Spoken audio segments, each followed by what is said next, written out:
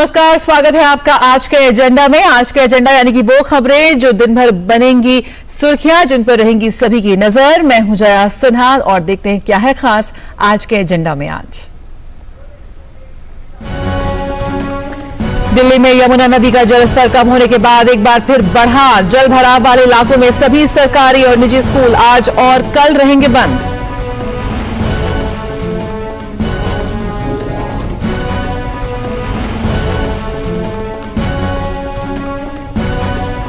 गांधीनगर में तीसरी G20 वित्त मंत्रियों और केंद्रीय बैंक गवर्नरों की बैठक आज से हो रही है शुरू। बैठक से पहले भारत अमेरिका के वित्त मंत्रियों ने संयुक्त बयान किया जारी। कहा, दोनों देशों के बीच व्यापार उच्चतम स्तर पर पहुंचा।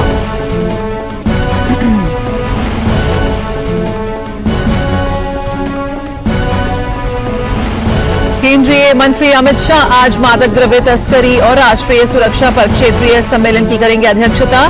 सम्मेलन के दौरान 2416 करोड़ रुपए के 1,44,000 किलोग्राम से अधिक मादक द्रव्य किए जाएंगे नष्ट। और एजेंडा में सबसे पहले बात कर लेते हैं दिल्ली की। जी हां, दिल्ली में यमुना नदी का जलस्तर कम होने के बाद एक बार फिर बढ़ा। आज सुबह 7 बजे के करीब यमुना का जलस्तर 205.41 मीटर दर्ज किया गया, जो कि अभी खतरे के निशान से ऊपर है। और इससे 3 घंटे पहले तक यमुना का जलस्तर घटकर 205.45 मीटर तक चला गया था। यमुना में खतरे का निशान 205.33 मीटर है। जलस्तर बढ़ने के कारण राष्ट्रीय राजधानी में यमुना नदी के आसपास पड़ने वाले इलाकों की सड़कों पर अभी भी जलभराव की स्थिति बनी हुई है। हजारों लोगों ने दिल्ली के कई हिस्सों में अस्थायी आश्रयों में शरण ले रखी है। राहत शिविरों में रहने वाले लोग भोजन और पानी के लिए भी संघर्ष कर रहे हैं। कुछ को भोजन पाने के लिए घंटों कतार में लगना पड़ रहा है। राष्ट्रीय राजधानी में कल बाढ़ की स्थिति सुधरने के बाद के साथ भैरव मार्ग समेत अन्य रास्ते वाहनों की आवाजाही के लिए खोल दिए गए। ISBT कश्मीरी गेट से तिमारपुर और सिविल लाइंस तक रिंग रोड को भी खोल दिया गया है। इसके अलावा सराय काले खां से IP फ्लाईओवर और राजघाट तक के रिंग रोड को केवल हल्के वाहनों के लिए खोला गया है। हालांकि शांतिवन से मंकी ब्रिज और यमुना बाजार से ISBT तक के रिंग रोड के हिस्से को अब भी वाहनों के लिए बंद रखा गया है। मजनू कटीला से हनुमान सेतु तक रिंग रोड बंद है। IP कॉलेज से चंदगी राम अखाड़ा के बीच का रास्ता भी बंद है। चांदीराम अखाड़े से शांतिवन तक के मार्ग को कीचड़ जमा होने के कारण नहीं खोला गया है, क्योंकि इससे यात्रियों की सुरक्षा प्रभावित हो सकती है। और दिल्ली में यमुना नदी के निकट के इलाकों में सभी सरकारी और निजी स्कूल आज और कल बंद रहेंगे।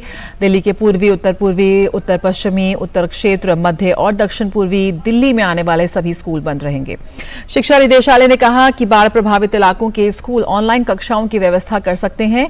ऊपरी जलग्रहण क्षेत्रों में कई दिनों तक भारी बारिश के कारण राष्ट्रीय राजधानी में यमुना में जलस्तर बढ़ने से दिल्ली के कुछ हिस्से जलमग्न हो गए, जिससे हजारों लोगों को निचले इलाकों से सुरक्षित जगहों पर जाना पड़ा है।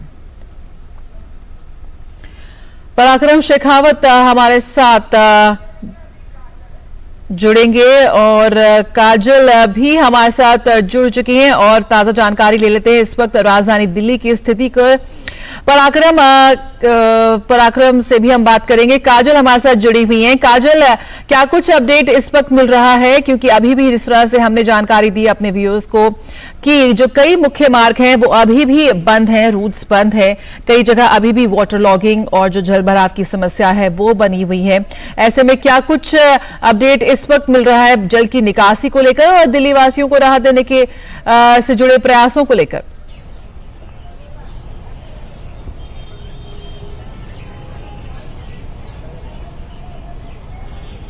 काजल, आपको मेरी आवाज मिल रही है?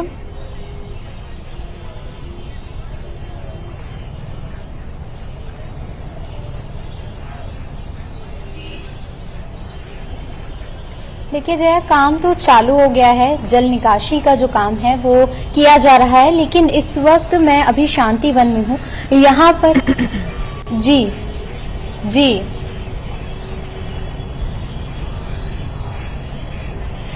इस वक्त शांतिवन के इलाके में हम खड़े हैं और यहाँ पर अभी भी वाटर लॉगिंग का जो प्रॉब्लम है वो बना हुआ है। वाटर यहाँ से ड्रेन नहीं किया गया है। इसके अलावा बाकी जगहों की अगर हम बात करें लाल किले के पीछे की, तो वहां से वाटर को जो लॉग हुआ था उसे निकाला गया है, लेकिन अभी भी उस रास्ते को बंद रखा गया है क्योंकि वहां पर बहुत ज्यादा कीचड़ हो गई है। कीचड़ की वजह से लोगों की गाड़ी स्लिप होने की, दोपहिए वाहन स्लिप होने के भी बहुत सारे चांसेस हो सकते हैं। इस वजह से उस रास्ते को अभी बंद किया गया है। शांतिवन के पीछे, मेरे पीछे शांतिवन बस स्टैंड है जो पूरी तरह से पानी में डूबा हुआ है। यहाँ पर पानी अभी नहीं निकल रहा है। ये सीवरेज का पानी है, ये गटर का गंदा पानी है जो यहाँ से निकल रहा है, और ये यहाँ का जो पानी है ये थोड़ा थोड़ा बढ़ रहा है। बाकी जगह पानी कम हो रहा है, लेकिन यहाँ जो है पानी बढ़ रहा है क्योंकि सीवरेज लाइन से ये वापस पानी ऊपर आ रहा है।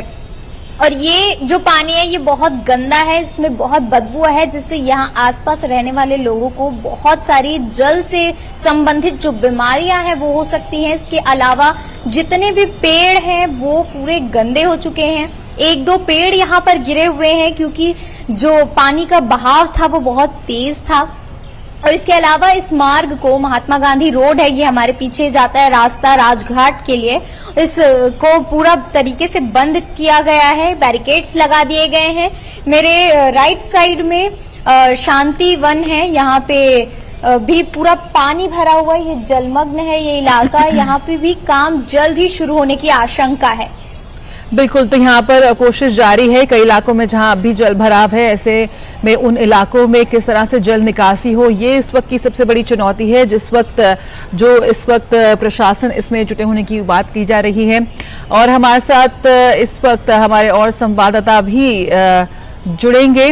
काजल, आपसे यहाँ पे ये भी जानना चाहेंगे, आप सुबह जिस तरह से राहत शिविरों का भी लगातार हम दौरा कर रहे हैं, राहत शिविर में इस वक्त क्या कुछ सुविधाएं दी जा रही हैं, क्योंकि ये वो लोग हैं जो इस बाढ़ के कारण विस्थापित हुए हैं अपने घरों से, जो बच्चे हैं उनका स्कूल छूटा है, अपना सामान छूटा है। ऐसे में किस तरह से इन लोगों को इस वक्त सुविधाएं दी जा रही हैं, और वापस पानी जब उतरेगा तो ये वापस अपने घर लौटेंगे, क्या इसकी भी कोई तैयारी या कोशिश है प्रशासन की ओर से?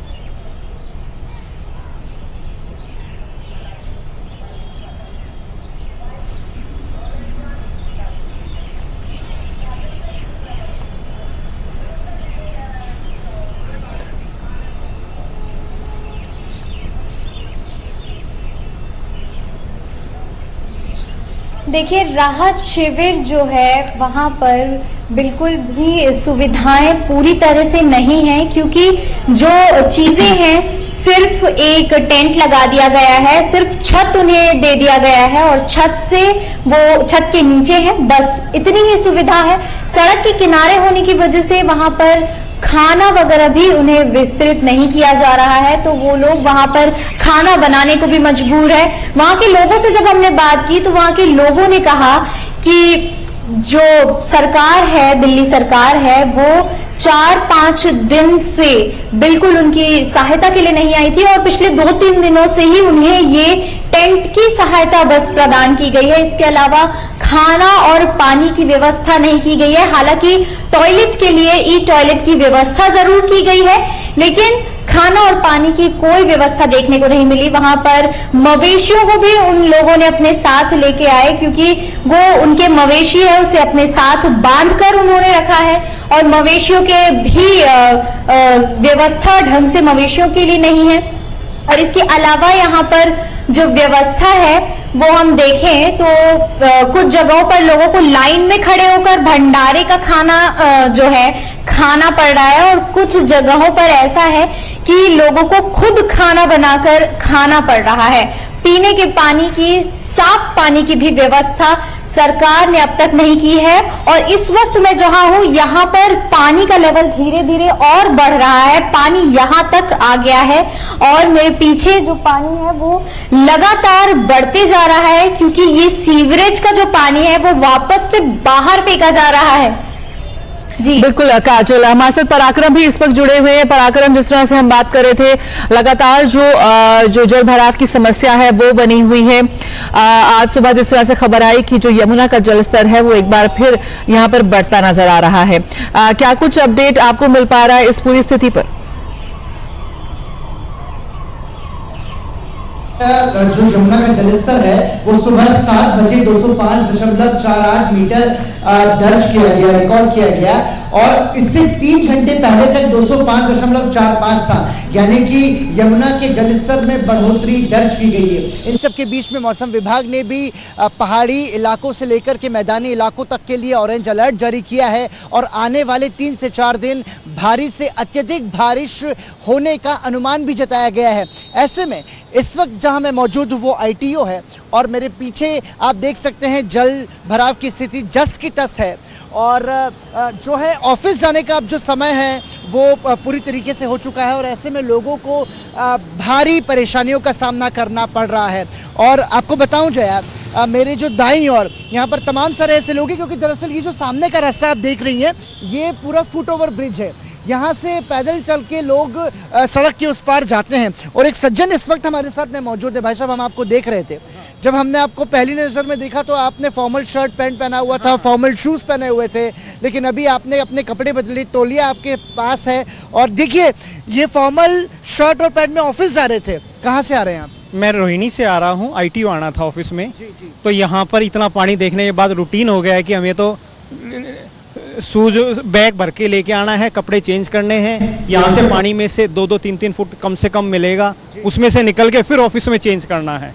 अच्छा, ये कितने दिनों से आप ये स्थिति को झेल रहे हैं? ये चौथा दिन है आज लगातार। हाँ। तो यहाँ पर कोई प्रशासन के अधिकारी या किसी तरीके की कोई मदद के लिए कोई यहाँ पर लोग यहाँ पर नहीं पहुँचे? आपको कोई किसी ने जानकारी दी कि आप यहाँ से नहीं इस रास्ते से निकलिए? सर, यहाँ रास्ता ही नहीं है। अगर आपको जाना है तो रोड के बीच में से जा सकते हैं, उसमें भी चप्पल और वो कपड़े चेंज करके जाना पड़ेगा।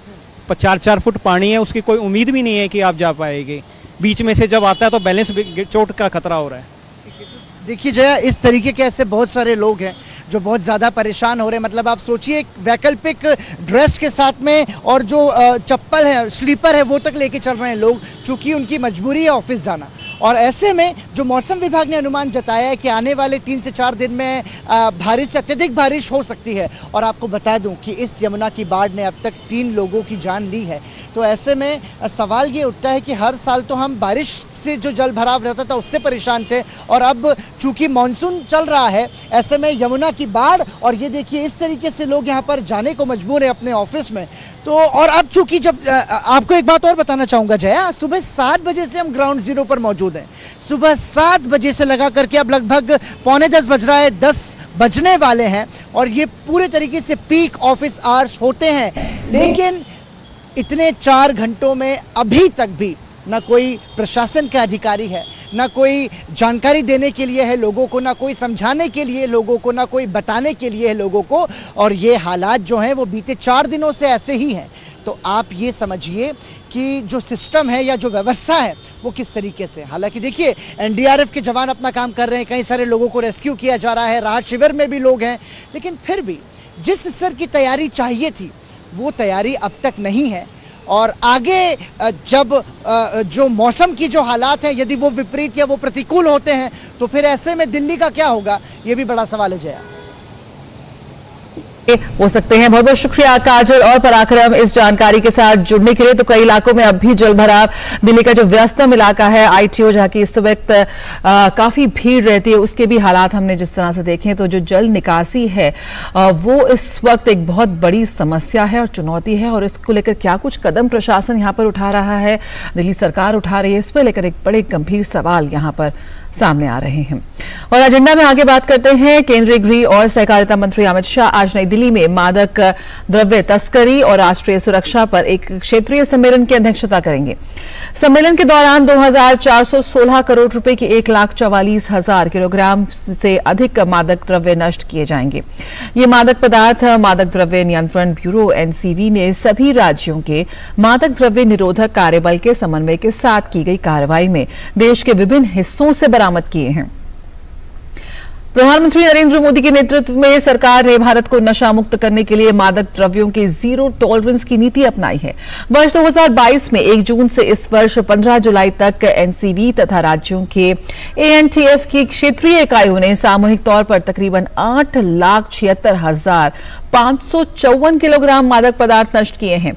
ये लक्ष्य से 11 गुना अधिक है। इनका मूल्य लगभग 9,580 करोड़ रुपए है। नीरज सिंह इस वक्त हमारे साथ और जानकारी के साथ जुड़ रहे हैं। तो ड्रग्स तस्करी और राष्ट्रीय सुरक्षा बेहद अहम सम्मेलन जिसकी अध्यक्षता यहां पर करते नजर आएंगे अमित शाह। नीरज सिंह, जीरो टॉलरेंस नीति यानी कि जो नशा मुक्त करना है भारत को, और एक बेहद कड़े कदम यहां पर उठाए जा रहे हैं। किस तरह से आप देखते हैं, किस तरह से जमीनी स्तर पर इस नीति को अमली जामा पहनाते नजर आ रहे हैं इस वक्त जो तमाम अधिकारी हैं? देखिए जया, अगर आप देखें कि पिछले साल जून से जो मुहिम शुरू हुई है, 75 दिन में 75,000 किलोग्राम जो ड्रग्स है उसको नष्ट करने का जो लक्ष्य है वो केंद्र सरकार ने रखा था तमाम देश भर से। लेकिन जितने बड़े पैमाने पर इस ड्रग्स को नष्ट किया जा रहा है, आप समझ सकती हैं कि 11 गुना ज़्यादा जो ड्रग्स है वो नष्ट की जा रही है। इससे पहले भी अगर आप देखें कि जिस तरीके से ड्रग्स का कारोबार इस देश के अंदर धीरे धीरे फैल रहा था, उसको रोकने के लिए भी केंद्र सरकार ने तमाम कदम उठाए। आपने देखा होगा कि किस तरह से पाकिस्तान, अफगानिस्तान के थ्रू जो पंजाब से होती हुई ड्रग्स देश की सीमाओं में आ रहा था। इसके अलावा कई सारे जो कंट्री हैं जो ड्रग्स को भारत के अंदर भेज रहे थे, उन पर भी जो लगाम लगाने की जो कोशिश है वो हमारी एजेंसियों ने की थी।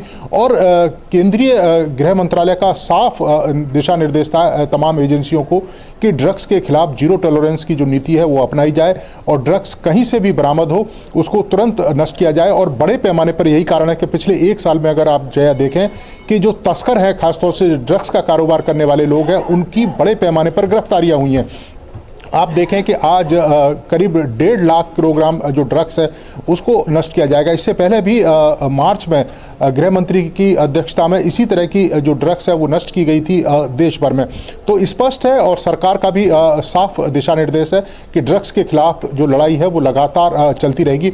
और आज देखें कि जहाँ जहाँ जो ड्रग्स है उसको नष्ट किया जाएगा। आप देखें कि बेंगलुरु की जो इकाई है, इसके अलावा हैदराबाद और जम्मू की इकाइयाँ हैं, वो बड़े पैमाने पर ड्रग्स है उसको नष्ट करेंगी। इसके साथ साथ ही उत्तर प्रदेश, इसके अलावा हरियाणा, इसके अलावा त्रिपुरा, असम, ये तमाम जो राज्य है जहां पर जो ड्रग्स कंट्रोल को लेकर जो इकाइयां गठित हुई हैं राज्य स्तरीय, वो इन अपने जो ड्रग्स उन्होंने बरामद किया उस ड्रग्स को नष्ट करेंगी। तो केंद्र सरकार का साफ दिशा निर्देश है कि ड्रग्स के खिलाफ जो लड़ाई है वो तेजी के साथ लड़ी जाएगी और तमाम एजेंसियां एकजुट होकर और बेहतर समन्वय के साथ इस कार्रवाई में आगे जा रही हैं। और यही कारण है कि बड़े पैमाने पर ड्रग्स को पकड़ा भी जा रहा है और उसको नष्ट भी किया जा रहा है। बिल्कुल नीरज, एक बड़ी, अगर अंतर्राष्ट्रीय बाजार में इनकी कीमतों की बात करें तो करोड़ों में है जिसे आज नष्ट किया जाएगा। कितना सख्त संदेश यहाँ पर जाता है उन तमाम एंटी सोशल एलिमेंट्स को। साथ ही साथ सबसे बड़ी एक चुनौती क्या है यहाँ पर जो इस पॉलिसी को अमली जामा पहनाने में आ रही है?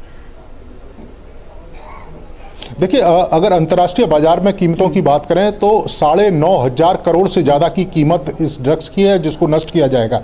इससे पहले भी 3 से 4,000 करोड़ किलोग्राम की जो कीमत थी उस ड्रग्स को नष्ट किया गया था।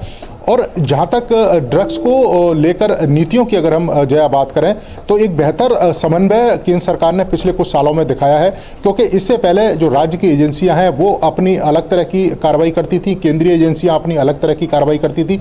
लेकिन गृह मंत्रालय ने इसमें एक बैठक बुलाई, सभी जितनी भी एजेंसियां हैं जो ड्रग्स के खिलाफ कार्रवाई करती हैं उनमें एक बेहतर समन्वय किया गया।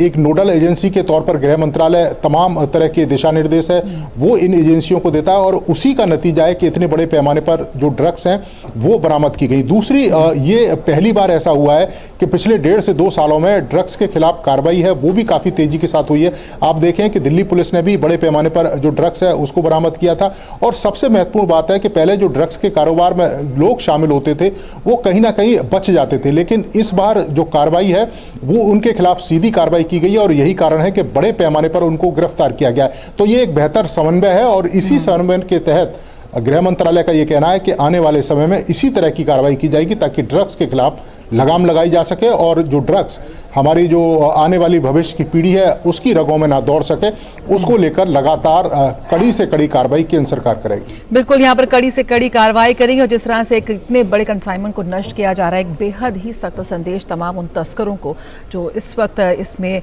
संलिप्त हैं। बहुत बहुत शुक्रिया नीरज सिंह इस जानकारी के साथ जुड़ने के लिए। तो ड्रग्स तस्करी और राष्ट्रीय सुरक्षा पर एक बेहद महत्वपूर्ण सम्मेलन की अध्यक्षता करते नजर आएंगे आज गृह मंत्री अमित शाह। और अगर बात करें तो गांधीनगर में तीसरी G20 वित्त मंत्रियों और केंद्रीय बैंक गवर्नरों की बैठक हो रही है। बैठक से पहले भारत अमेरिका के वित्त मंत्रियों ने संयुक्त बयान जारी करते हुए कहा कि दोनों देशों के बीच व्यापार उच्चतम स्तर पर पहुंचा है। With shared democratic values, pluralism, and a strong commitment to rules-based global order and multilateralism, India and the United States of America are actively engaged in constructive dialogues. These exchanges serve as a testament to our mutual commitment to nurture a robust partnership and harness the potential for progress and prosperity. The state visit of the Honorable Prime Minister Shri Narendra Modi ji to the United States last month and his meeting with the US President have enhanced the strength and dynamism of the partnership. The historic visit paved the way for new avenues of collaboration, propelling our partnership to a greater height. I appreciate India's demonstrated leadership on debt issues as G20 president, including your support for G20 efforts to improve the multilateral debt restructuring process. I also welcome India's focus on advancing the evolution of the multilateral development banks, or MDBs. It's vital that we use meetings like this to strengthen our coalition of shareholders that are working together to press for more ambition and specific reforms with respect to the MDB's vision, incentive structures, operational approaches, and financial capacity to better address global challenges. तो भारत और US के बीच जो व्यापार है वो इस वक्त उच्चतम स्तर पर पहुंचा है और दोनों देशों ने एक बार फिर इस प्रतिबद्धता को दोहराया है कि तमाम क्षेत्रों में व्यापार समेत तमाम क्षेत्रों में जो सहयोग है वो इस तरह से जारी रहेगा। इस पूरी FMCG बैठक पर हम आपको आगे भी अपडेट देते रहेंगे, लेकिन फिलहाल बहुत शुक्रिया आज के एजेंडा के साथ हमारे साथ जुड़ने के लिए। खबरों का सिलसिला जारी रहेगा, मुझे दीजिए इजाजत, नमस्कार।